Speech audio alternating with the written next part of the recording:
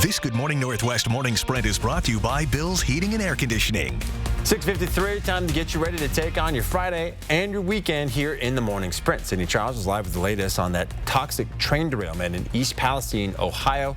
Destiny Richards is live with a preview of the grand opening of the new Spokane Art School. But first, let's get to Mark Peterson to help you prepare for the weekend. All right, in our first alert weather on this Friday, first of all, we're starting off with a dry condition. It is cool and breezy, so it feels like it's in the teens. So dress appropriately. Our high today, 38, 37 Coeur d'Alene, but you'll be in the low to mid 40s as you head west into Moses Lake.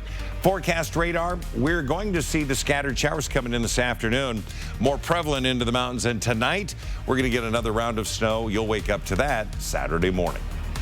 Spokane police say one person is in custody after a man was ambushed at a woman's apartment. Officers responded to an apartment complex on North Colton Street just before 8 o'clock yesterday morning.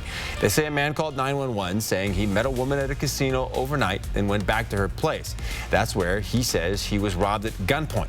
The SWAT team was called in. Police arrested 21-year-old Joji for first-degree robbery. The Idaho Doomsday cult mom and her husband, who are accused in several murders, will be tried separately. According to East Idaho News, Judge Stephen Boyce decided to sever the cases of Lori and Chad Daybell. The decision comes after new DNA evidence was made available to everyone involved in the case. The Daybells are accused of killing Lori's two own children, JJ and Tylee. They're also the suspects in the death of Chad's former wife. Lori now faces a separate charge of conspiracy to commit murder in Arizona after her brother shot her former husband, claiming self-defense. A jury found former South Carolina attorney Alex Murdaugh guilty of murdering his wife and son. He's in court right now for his sentencing. Murdaugh killed his wife Margaret and son Paul in June of 2021. Prosecutors say he did it to gain sympathy and distract from his financial wrongdoings. Murdaugh now faces up to 30 years to life in prison without parole. Stay with us for an exclusive interview with one of the jurors from that trial coming up in just a few minutes on Good Morning America. And this morning, testing for toxic chemicals is set to begin in Ohio.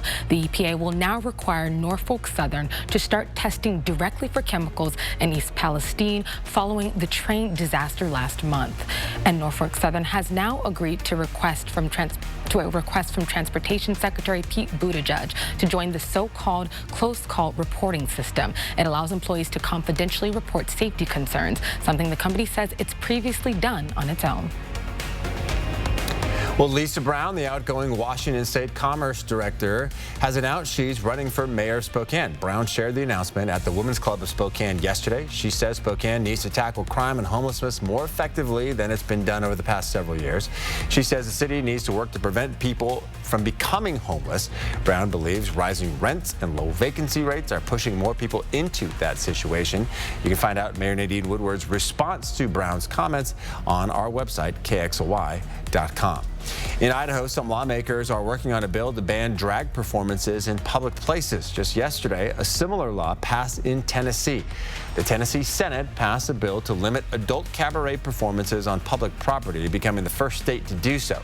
LGBTQ plus advocates say this Tennessee bill and others like it under consideration add to a heightened state of alarm for their communities. The law will take effect in Tennessee on July 1st. And this morning we have been live on 2nd and Sherman, which is the new home of the Spokane Art School. Here they have a lot more space than they did in the Garland district to host galleries of local artists' work and have classes. So many more classes can be held here now that are open to kids and adults. You can find out all about what they have to offer the community by going to the grand opening tonight from 5 to 9. You can go to our website, KXLY.com, for more info. President Joe Biden is hosting German Chancellor Olaf Scholz at the White House today. The war in Ukraine will likely be the main topic of discussion between the two world leaders. They both recently had meetings with Ukrainian President Volodymyr Zelensky, who has been requesting more powerful weapons from the West. More bad news for U.S. homebuyers. The average 30-year mortgage rate hitting a 3-month high this week, up to 6.65%. That rate was only 3.7% a year ago. And the price of eggs has been at near record highs for weeks now. And according to Washington Farmers and Egg Supplies, that trend will continue until the avian bird flu is eradicated. According to the Consumer Price Index, nationwide egg prices have gone up 60% in the last year.